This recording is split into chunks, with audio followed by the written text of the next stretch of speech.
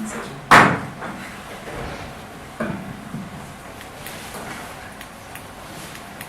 May it please record that my name is Nell Sullivan, and we the plaintiff are representing BLC Limited, who are suing Hill Contract Inc. for the cost of repairs to their premises and the loss of income during repair work as a result of Hill Contract Limited. Therefore, we will be attempting to recover both consequential economic loss and pure economic loss on behalf of the plaintiff. In order to prove that Hill Contract Inc. negligent, we will prove two things. Firstly, we are going to prove that there was a duty of care owed to the plaintiff by the defendants. We will use the neighbour principle and the threefold test in order to prove that there is a duty of care over the defendant to the plaintiff. Secondly, we will prove that there was a breach of this duty. And finally, that this breach caused the loss suffered by the plaintiff, and the plaintiff should be compensated. As previously said, we must prove that the breach of duty by the defendant caused the loss suffered by the plaintiff. This brings us to the issue of causation. To succeed in our argument, we must show that the defendant caused the damage both factually and legally, and the damage is not too remote. In order to prove the defendant is responsible under both factual and legal causation, we will use the Butler test and the test of material and substantial factor. Once we prove the defendant is liable to the plaintiff, insofar as he has done a wrongful act, we will come to the principle of remonstrance, i.e., does the law hold the defendant liable for all the consequences of his wrongful action? In order to prove the defendant is liable, we must satisfy the test of reasonable foreseeability. I would now like to invite Kevin Moore to the witness stand.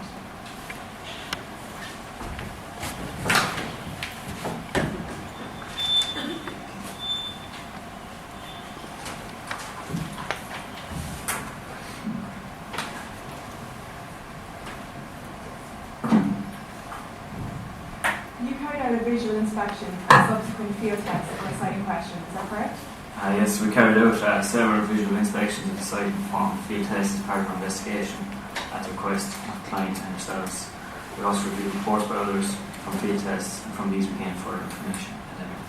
And what observations did you notice from your initial visual inspection? On initial visual inspection, we noted cracks on the super flat floor slab. Concrete as material, when set, will crack a scale which is usually not visible to the human eye. There are tolerances, and these are in certain Euro codes. The cracks noted on site were beyond the allowable tolerances, with some cracks extending to almost 20 millimetres. The cracks occurred throughout the warehouse, majority within the middle third. Some of these cracks extend to the full depth of the slab. Mat cracking occurred throughout the warehouse in patterns, typically at the midpoint between columns and expansion joints. This can be seen in figure 4 on page 4 of the report. The surface of the slab also had many divots and voids and holes up to 22 mm diameter and 10 mm depth. These occurred especially in highly trafficked areas. You then carried out a number of field tests to investigate what may have caused the cracking and holes within the concrete, is that correct? Yes, we carried out some field tests to get a better understanding as to what caused the cracking of the slab. And what different tests did you carry out? Concrete cores were taken from the slab, 5 in total, and these were analysed in the lab. Soil samples were also taken, and proctor density test and sieve analysis were performed in the samples. The proctor density test was carried out to find maximum obtainable dry density of the soil and its corresponding moisture content. The sieve analysis was performed to uncover the breakdown of the soil, i.e. particle sizes that were compacted in site. And what results did you find from these field tests? From the concrete cores, it was evident that wire mesh reinforcement had not been placed at specified places. Only one of the cores showed the mesh in the correct position. 3 had it at the bottom of the slab. This is contrary to the specifications, the drawings, and standard practice. The drawings had shown the mesh in the middle third of the slab with the correct nominal cover achieved. From the cores, surface voids were also noted. These cracks occurred directly over claystone particles. Wood particles were also evident in the slab. Both of these materials were unsound for concrete. The chlorine levels were also noted to be abnormally high in the samples. Chlorine is generally added to concrete during construction just to improve thermal strength in concrete, but chlorine is a salt. It can result in corrosion of the rebar and mesh within the concrete.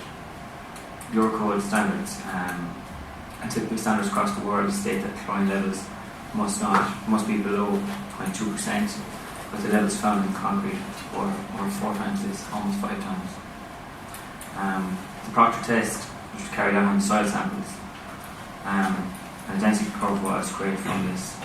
When this was compared to the results submitted by little contractors who done this when they were constructing the floor slab, the points cross the zero error voids line.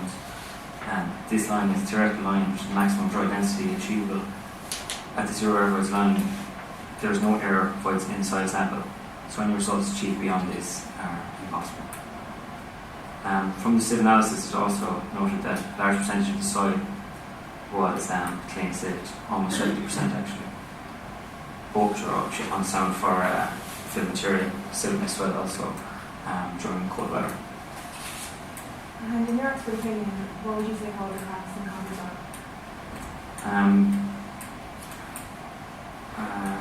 As is usual in failure of structures, generally there's usually a combination of factors that cause the failure. But I believe that a combination of poor workmanship led to the failure of the slab. From the course, it was evident that the proper procedures were not followed. With the placement of the rebar, the rebar was not taking the tensile force it was designed to take, which inevitably results in concrete cracking, as concrete has a lower tensile strength. I also believe that the high chlorine levels found in the cores could have resulted in the rebar corrosion and led to slab cracking. The soil results also reported late. The soil reports led me to believe that settlement may have occurred, and this would inevitably have led to cracking at the surface, particularly differential settlement occurred. Poor concrete was also another factor. The strength of the concrete was no issue, but the aggregate contained in the concrete mix appears to be suspect, with clay stone contained in the concrete, which is a clay material that contains bromide, and this swells when moisture attacks it, and resulting in small divots appearing just above the surface when the clay stone swelled and cracked. So in English terms, could you please tell what that means? As a result of poor workmanship and quality controls, checks on site were a contributing factor to the slab failure. Drawings and procedure specifications, standard practice were not followed throughout. From the placement of steel, soil compaction, and quality control of the concrete on site.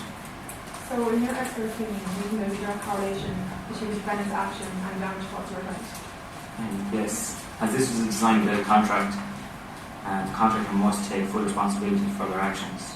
Drawings, specifications, and standard procedures were not followed throughout. There was a direct correlation between contractors' negligence and resulting failure. As from our core tests, clay stone wood particles were only noted in the upper part of the concrete. This may have been due to their buoyancy, but also could have been caused by on-site or pour. But there's no mention of clay stone throughout the concrete, i.e. that maybe they blew on when concrete was being poured on site. Again, this would be a poor quality control measure that was not implemented on site. The washing of the floor slab by the BLC on a frequent basis may also have accelerated some of the cracks, particularly just below the floor. And finally, what would you recommend need be done to fully repair the damage caused by that? From our report on our investigation, we recommend that full replacement of the floor slab be undertaken, and we feel that the levelling compound or another screed would be placed on top, i.e. an inch or two was removed from the top of the slab.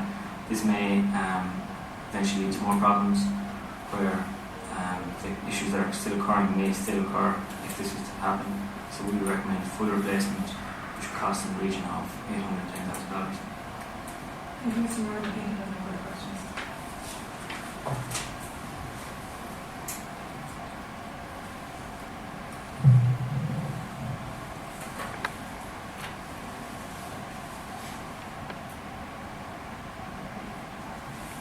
What are your opinions in this case? It's based on our investigation. Yes. That the contractor, little contractors, does not follow the correct procedures, drawings, and standard practice throughout this contract.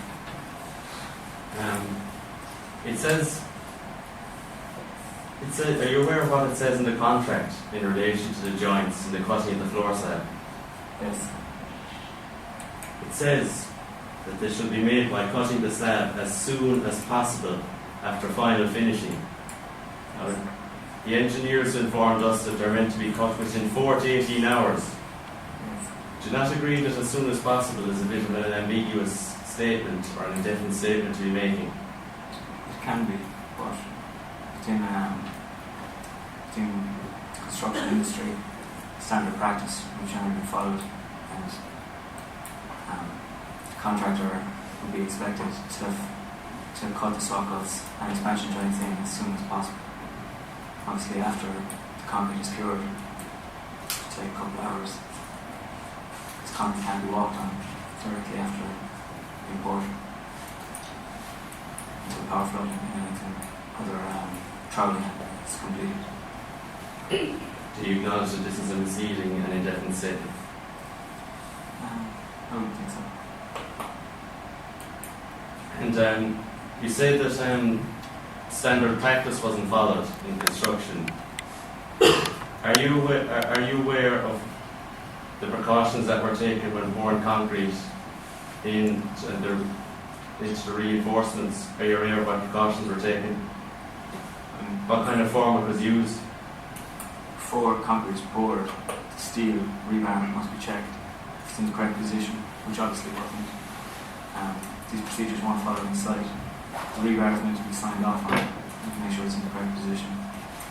There was no evidence of this, particularly from the cores, especially when 3 of the cores showed the rebar at the bottom of the slab when a nominal figure, generally, which can be 50 mil, but was specified in the specifications that is 3 inches or 75 mil.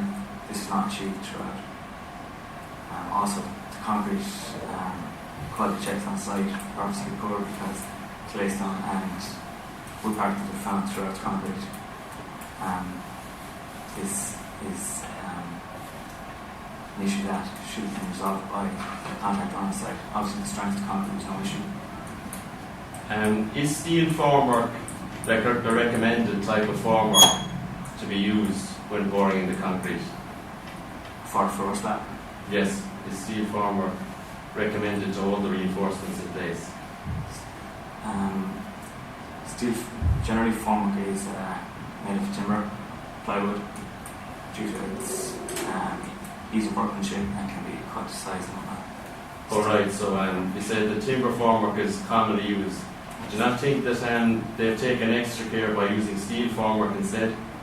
This is the floor slab, so it's only 150 mil. Generally, timber would suffice. Steel was possibly overkill, but wouldn't have an effect on the overall strength of the concrete or anything like that.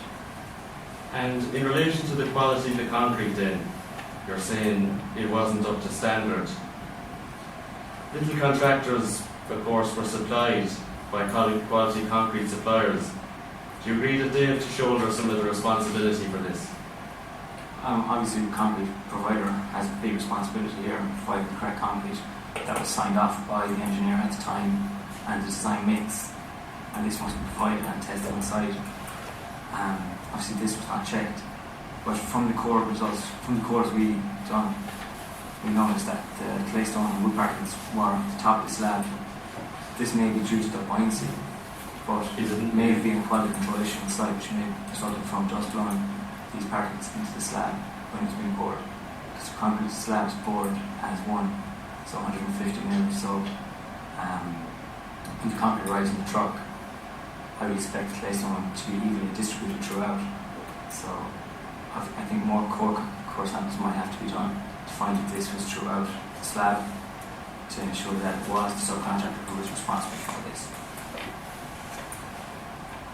And would it be common practice for them to carry out cleaning and grazing at the battery plant with suppliers? There's obviously all material used in the concrete must, particularly in Ireland here, pyrogen must not be contained within any of the admixtures or anything that is within the concrete. So quality control at all levels, whether you're the subcontractor making concrete or the contractor pouring concrete, this is a crucial part of the industry.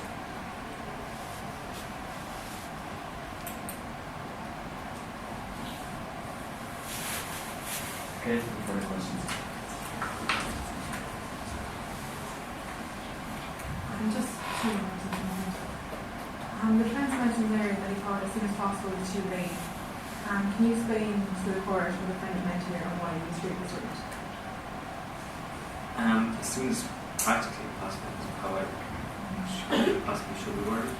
But I think construction, when concrete is poured, you can't go and walk across it within the first hour or so until it's cured, until it's back in enough strength that it can be worked on. So the statement is correct because particularly specifications for lots of jobs are general. So what works on one side will be slightly different on the other side. So as soon as practically possible. That's good to say.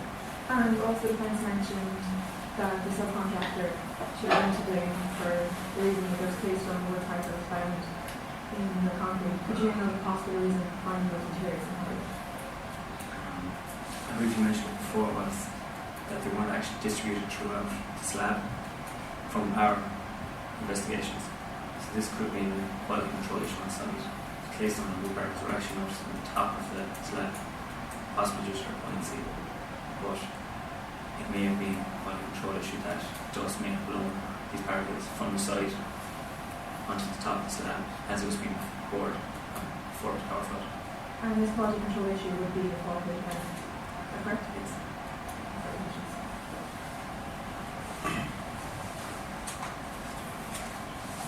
My colleague Chelsea Doherty will now continue. May it please the court, my name is Chelsea Doherty and I am continuing the argument on behalf of the plaintiff, PLC Limited, who are suing Little Contractors Inc. for the cost of repairs to their premises as a result of Little Contractors' negligence, and also for the profits lost by PLC Limited while its repair was being carried out. During my argument, I will firstly explain to the court the difference between the types of loss we are suing for here today. I will then move on to the reasons why the defendant should be held legally responsible. I will argue that both losses should be recovered for due to the fact that the defendant was both factually and legally responsible for the loss of my client. In order to prove that the defendant was factually and legally responsible for the damage suffered, I will be arguing the but-for test today, and also the material substantial factor test. My colleague Daniel Sullivan will now ensure the court why no fact is intervened which does not come into play here. In order for us to find the defendant guilty here today, we must prove that he was negligent in relation to my client. In order to satisfy the court that Little Contractors Inc. was negligent, I will prove four things. 1. That there is an existence of a duty of care. 2. There was a breach of the duty, i.e. a failure to conform to the standard of the care required. 3. There was a causal connection between the defendant's careless conduct and the damage done to the plaintiff.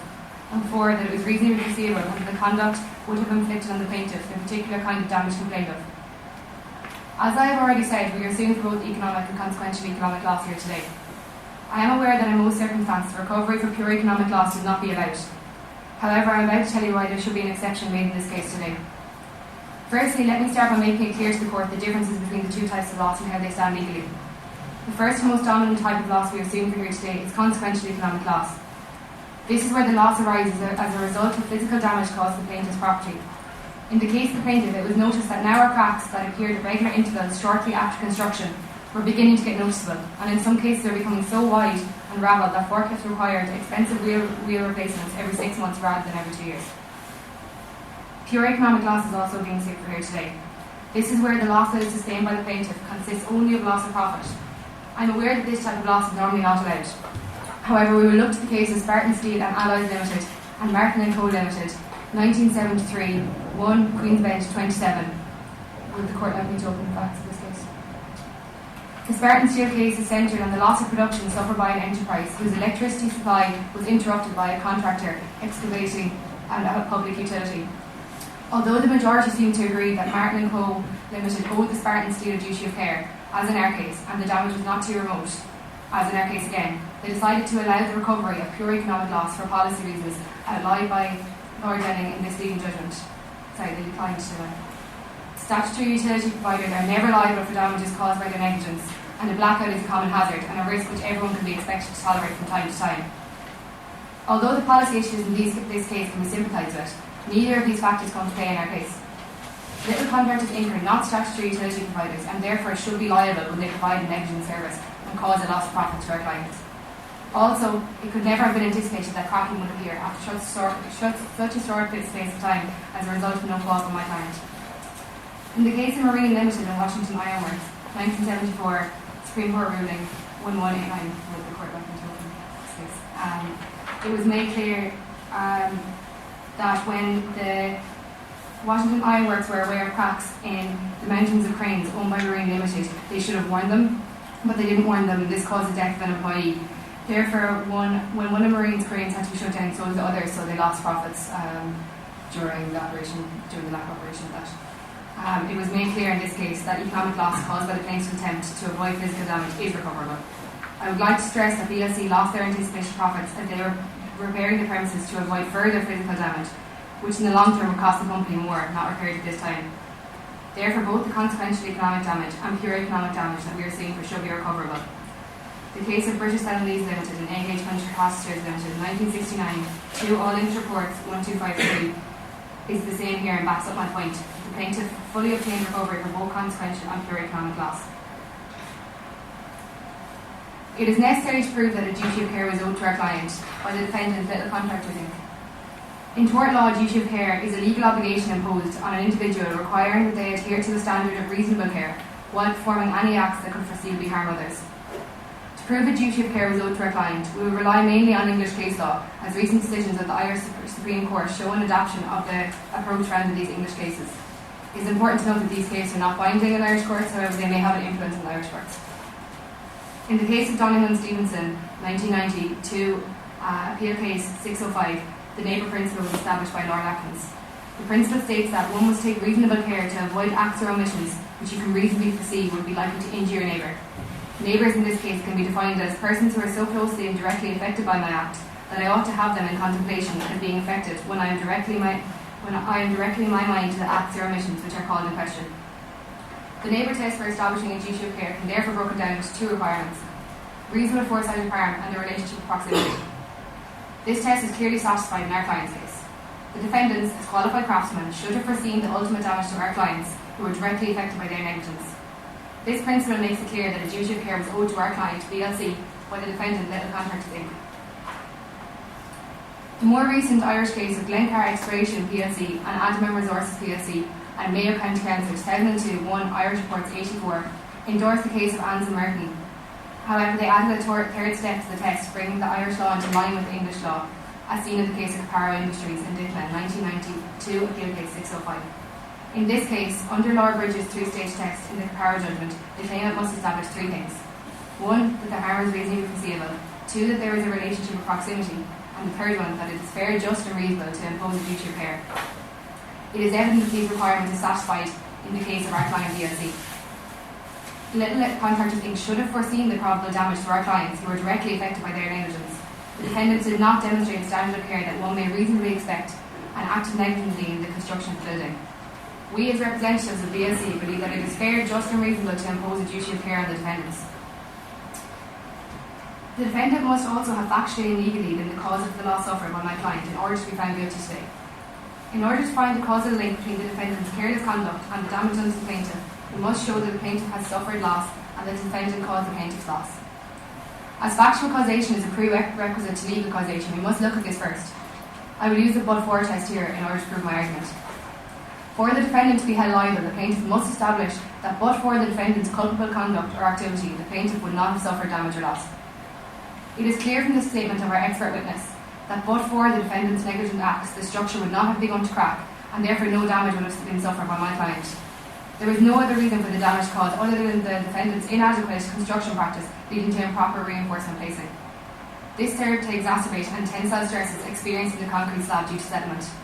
Therefore, but for the defendant's poor standards for quality control and reinforcement placing, and their unethical behaviour in construction reporting, the cracking of the super flat floor slab would not have been present. Is the court aware of the facts of Kane O'Rourke 1972, Irish Reports 339? In this case, the plaintiff fell from a ladder. However, even though the ladder was defective, the court held that the cause of the accident was that the plaintiff had leaned out of the ladder, and that, such as his claim in negligence, failed. We can see clearly here why the case is not satisfied the but-for test. However, in the case being presented to you today, there is no mitigating factor. My client did not do anything to break the chain of causation. But for Little Contractors Inc.'s negligence, my client would not have had to repair his premises and lose out on potential profits as a result of preventing future damage. This brings us on to the test of material element and substantial factor. In other words, the defendant's conduct is a cause of my client's injury if it was a material and substantial factor in bringing it about. It is obvious for our witness that this is indeed the case here today. The defendant negligently used improper soil compaction of the fill material. Results reported on compaction are impossible, they are fictitious. Inadequate construction practice was a result of Little Contractors Inc. themselves. In other words, it was the defendant's actions that directly caused the damage and cracking to the slabs, and they therefore should be held liable for the cost of the repair work and also the profits lost due to repairs that had to be done in order to prevent future damages. I'll pass you on to my colleague, Daniela Sullivan, who will continue the argument for legal causation. Next, we show there was legal causation. To prove this, we show there was no intervening act. An intervening act is one which breaks the chain of causation. We believe that there was no intervening act the defendants in this case can rely on. In the case of Carly and AIB, 1988, Arbitrary Court of Monterey, Fusion College Supreme Court, the architect was not liable for the injury sustained by the plaintiff after falling off an open top roof that had no rating to prevent the accident. This is due to the fact that since the roof was open to the public and since children commonly played, there was a chain of causation and the chain of causation was broken. The act of children playing on the roof constituted as a novus actus interveniens, and so AIB were held solely liable for the injury of the plaintiff. AIB in this case should have taken corrective steps as it was foreseeable that an accident would have occurred. Similar to this case, Little Contractors Inc. should have taken reasonable steps to ensure the concrete would not crack after a mere 2 years. We believe the defendant should be held liable on this basis. Also, the defence may argue that the use of forklifts on the premises or the cleaning of the floor constitute as a novus actus interveniens. This, however, is completely incorrect. It was reasonably foreseeable by the defendants that our clients would be using both the heavy machinery and the cleaning methods. Another element of this is the test of reasonable foreseeability, which came before in the case of Ragamount, 1961, appeal cases 3A. Is court familiar with Bass's case? As per Lord Simmons, for an act of negligence which results in some trivial foreseeable damage, the actor should be liable for all consequences, however unforeseeable, so far as it is said to be direct. In so many words, a person is liable for the type of damage which is foreseeable. If we were to apply this test of reasonable foreseeability to the facts of the case here, it can be said that the damage and loss suffered by a client was foreseeable. According to the engineer's report, standard practice of rebar placement states that reinforcing steel should be placed 50 mm below the concrete slab surface, and this is to prevent steel from corroding, thus preventing cracking. However, in this instance, it was noticed that in 4 of the sample cores, the bars were located at the bottom of the slab. As a result of this, there was tension reinforcement to the top of the slab. Therefore, once the soil had settled, due to the weight of the building and its content, the slab deflected. This then created tension at the top of the slab, and as is common knowledge to any engineer, concrete is extremely poor in tension. So as a direct result of the bar placement, cracks started to appear in the top of the slab. Therefore, it can be said that it was reasonably foreseeable that cracks would appear in the concrete slabs if the bars were not placed at least 50 mm below the concrete. This proves that there is a direct link between the defendant's actions and the loss suffered by my client. And it can be said that the defendant is solely responsible for the cost of repair, which according to the AMC investigation is $810,000 for full replacement. In summary, we believe the defendant, Little Contractors Inc., are wholly responsible for the damages and loss suffered by our client for the following reasons. The defendant owed our client a duty of care and breached that duty through their actions, i.e., their complete disregard for the specifications of the contract, the inadequate construction practice leading to improper reinforcement placing, and finally, poor quality control on site, all of which contributed to the cracking of concrete slabs. It is our view that the defendant is solely responsible for the cost of repairs and the loss of profit incurred by our client. I would now like to conclude by inviting any questions from the court.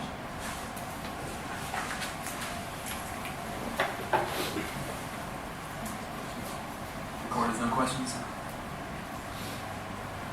Depends on you.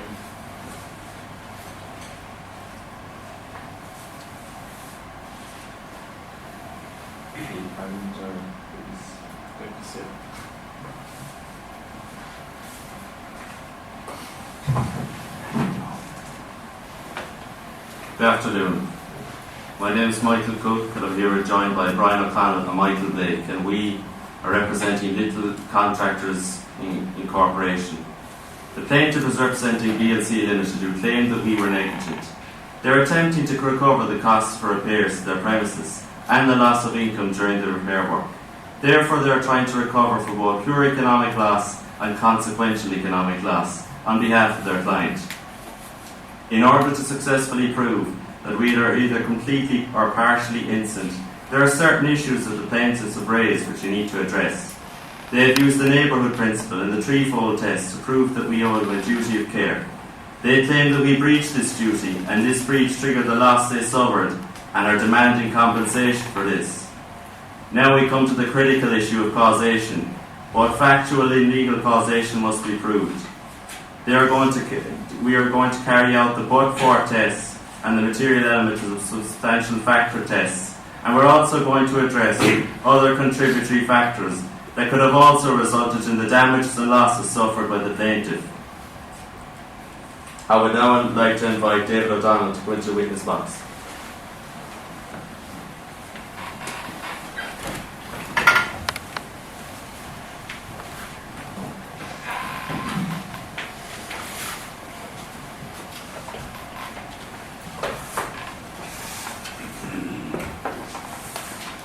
Alright, David, first of all, could you tell the court what the composition of concrete is? Concrete is made up of cement, water and aggregate. Typically a mix will contain approx 15% cement, 15 water and 70% aggregates. In the AMC investigation report, it was found that there were clay, stone and wood particles in the concrete. In your opinion, would these constitute be a good component in the mix for concrete for superfat floor? No, they certainly will not constitute a super component in a concrete mix. These materials have high absorption rates and if located near the surface can absorb water when the floor becomes wet. The particle will swell due to the water it has absorbed and will try to expand, but the surrounding concrete prevents it from doing so, so the internal pressure in the particle builds up until it fractures from the pressure, causing the top proportion of the particle and the surrounding concrete to become dislodged from the surface, leaving a cone-shaped void on the surface. How could these unsuitable materials have been prevented from entering the concrete mix?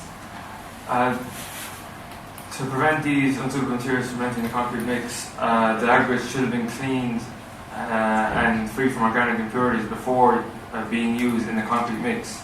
This would lie on the company who supplied the concrete batch. It is good practice to wash aggregates to remove impurities which result in poor quality concrete.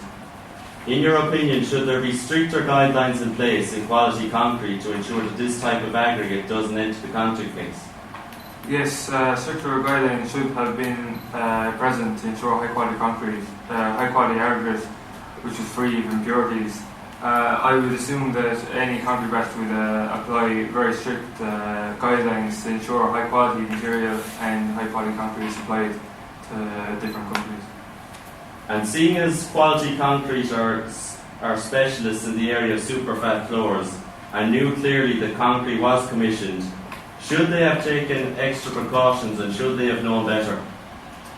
Yes, they, as experts as a concrete supplier, they should know that these two components should not be in a concrete batch, and they should have had a higher quality of aggregate supplied to the contractor. And ought they have been aware of the presence of such unsuitable materials being present in the concrete? If they have the proper guidelines in place and proper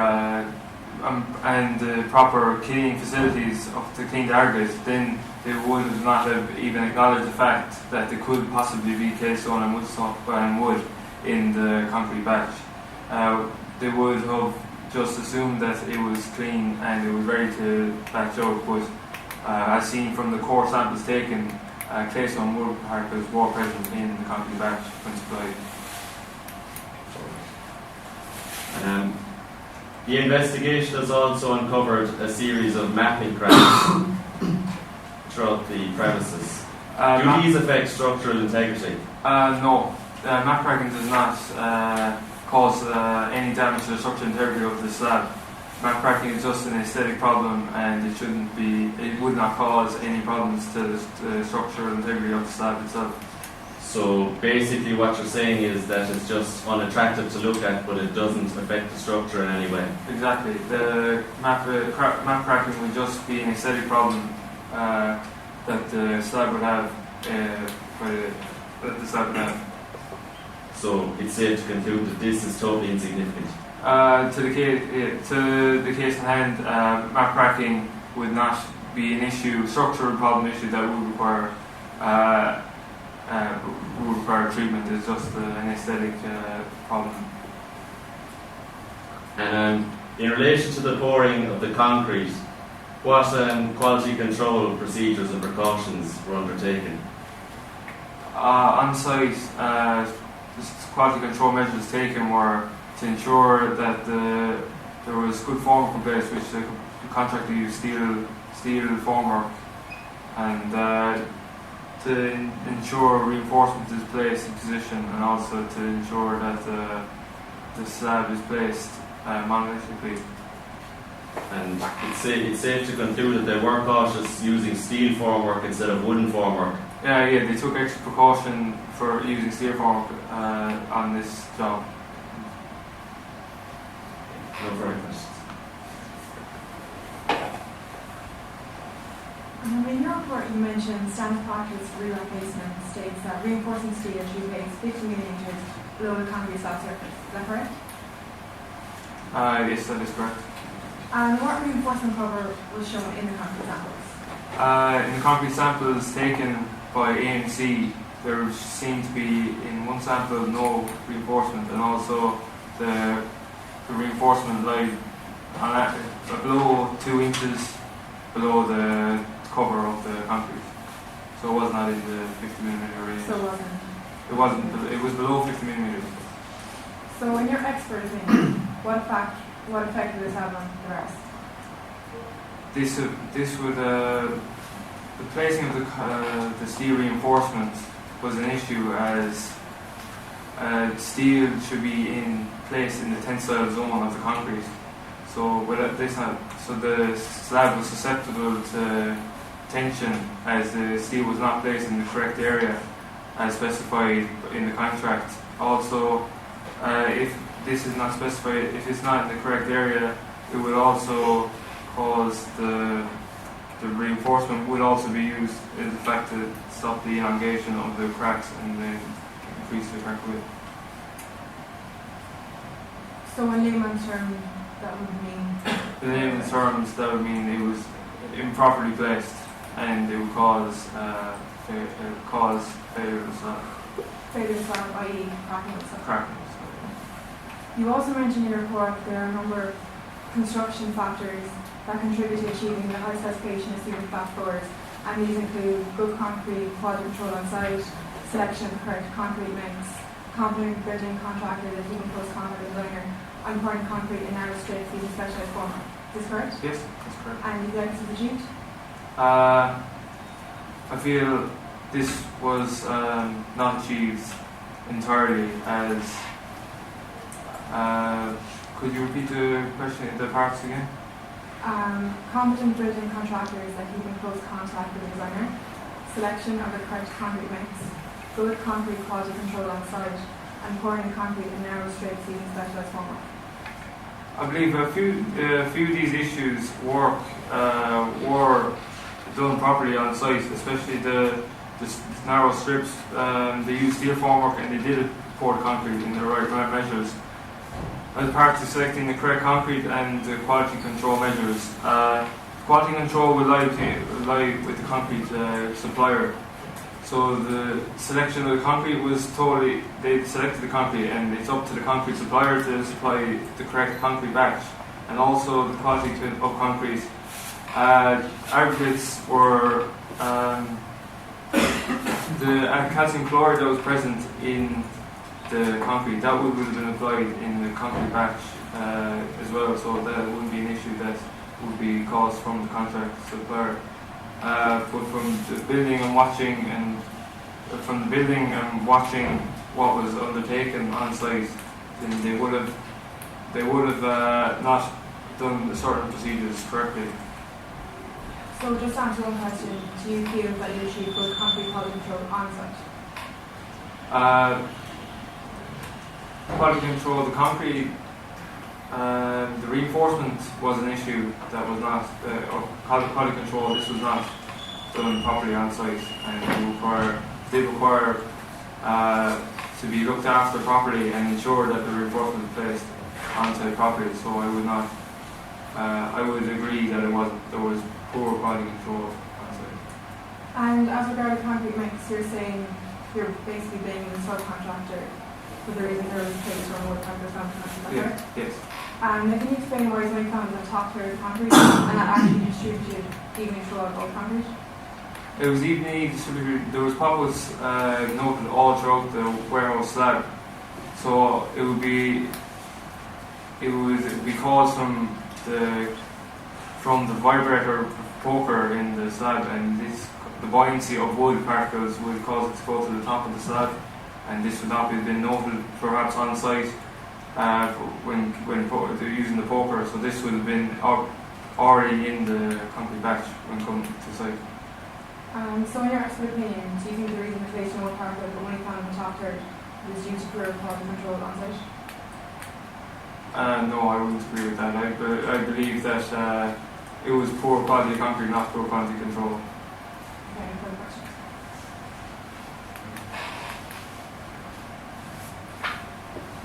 If we could hear the defense argument. My name is Brian O'Connell and we are representing the contractor.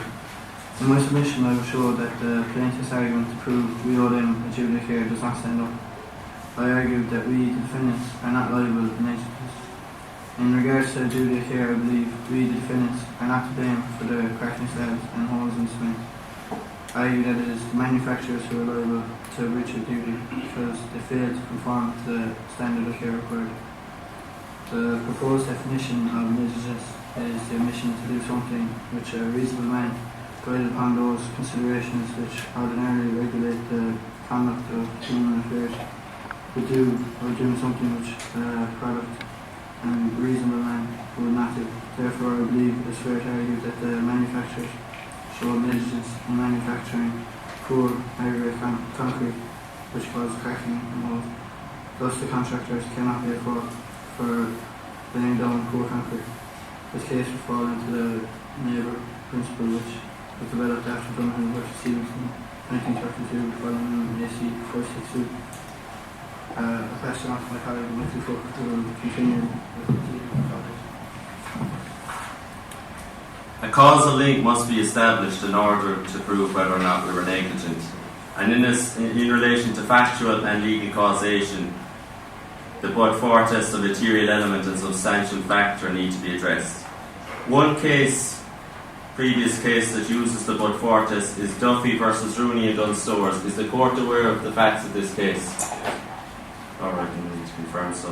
In this case, the but-for test was used, and here the manufacturer was held to have breached the duty of care for negligence in failing to assure that a flammability warning was placed on an item of clothing. It is safe to conclude based on this that the suppliers, they have the duty to clean and grade the aggregate at the batching plant, and that they shoulder more of the responsibility for us than they do. There was clearly wood and claystone particles attached to this aggregate, which clearly are unsuitable. The but-for test may also be relevant to the mistake in the contract, which I have already mentioned earlier. The saw cut joints were supposed to be cut within 4 to 18 hours of the concrete slab being poured. We've been informed this from engineering experts. In our contract, it explicitly stated that the joints should be made by saw cutting the slab as soon as possible, which is clearly an indefinite and ambiguous statement. The contractors would have cut the slab within the correct time frame were it not for this misleading term in the contract. And certainly it is safe to say that the material element and substantial factor that contributed to these losses was definitely the suppliers. They were specialists in this area of super flat floors. They were negligent ensuring the cleanliness of the aggregate, and given their level of expertise and the fact that they're specialists, they ought to have known better.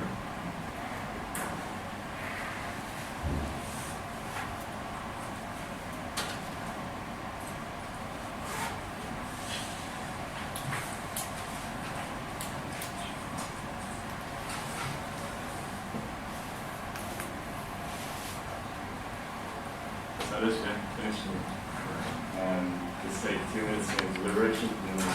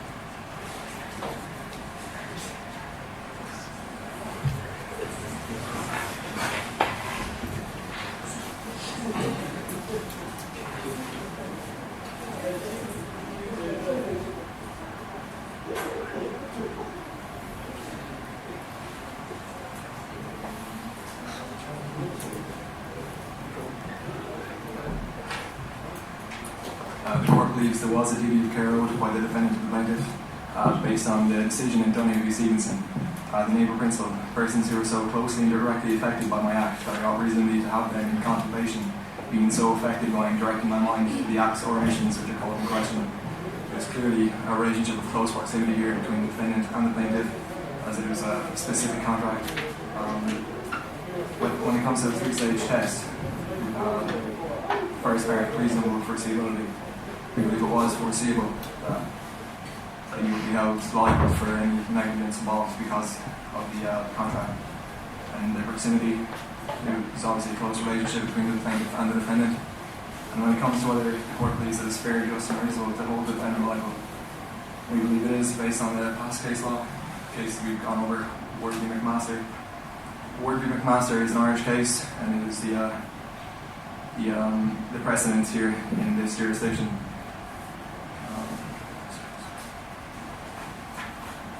In this case, the plaintiff purchased a house under a local authority loan scheme, and there was a statutory obligation to value houses purchased under the scheme. The valuation was carried out by an unqualified person who failed to notice certain defects in the house. The defendant's policy did not require carrying out detailed structural examination. There were problems with the chimney. The plaintiff had the house independently assessed by an engineer, advised that the house was seriously defective and that they should move out of it at once since it was uninhabitable. In this case, the Supreme Court held that the plaintiffs could recover the diminution of value of their house, pure economic loss. We established that a duty of care was owed by the defendant. Now, when it comes to the breach of this duty, the standard of care is the objective standard, and it is clear in the facts of this case that the defendants did not comply with the general standards in their profession. When it came to quality control on the site, we can see that you're negligent, and that is a clear breach of the standard. The objective standard applies. When it comes to causation, there are two areas of causation: factual cause and legal cause. But for a test, but for your actions, you do not believe this damage would have occurred. And I know you believe that the concrete, the suppliers, it was negligent. They were negligent in supplying concrete with aggregates that weren't suitable for this type of concrete. However, when you're mixing the concrete, you believe the defendants should have seen the wood and clay stone particles when you're mixing it, especially when it's in the top third of the concrete slab. I mean, it's going to be obvious.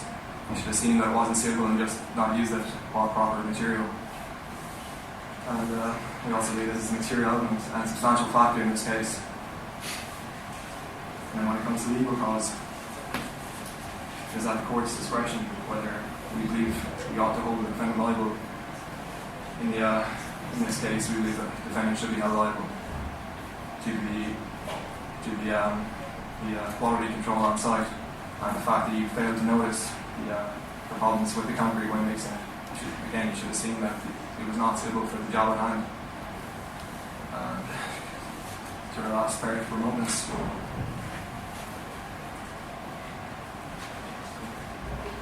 Remoteness considers how many consequences the negligent defendant will be liable for, whereas causation looks backwards, remoteness looks forward.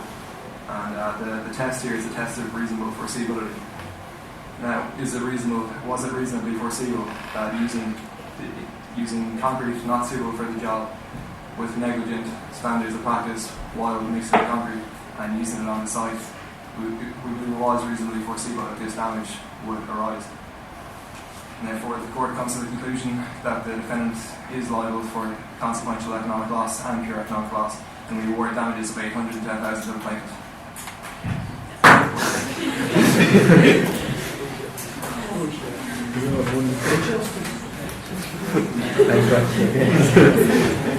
Thank you.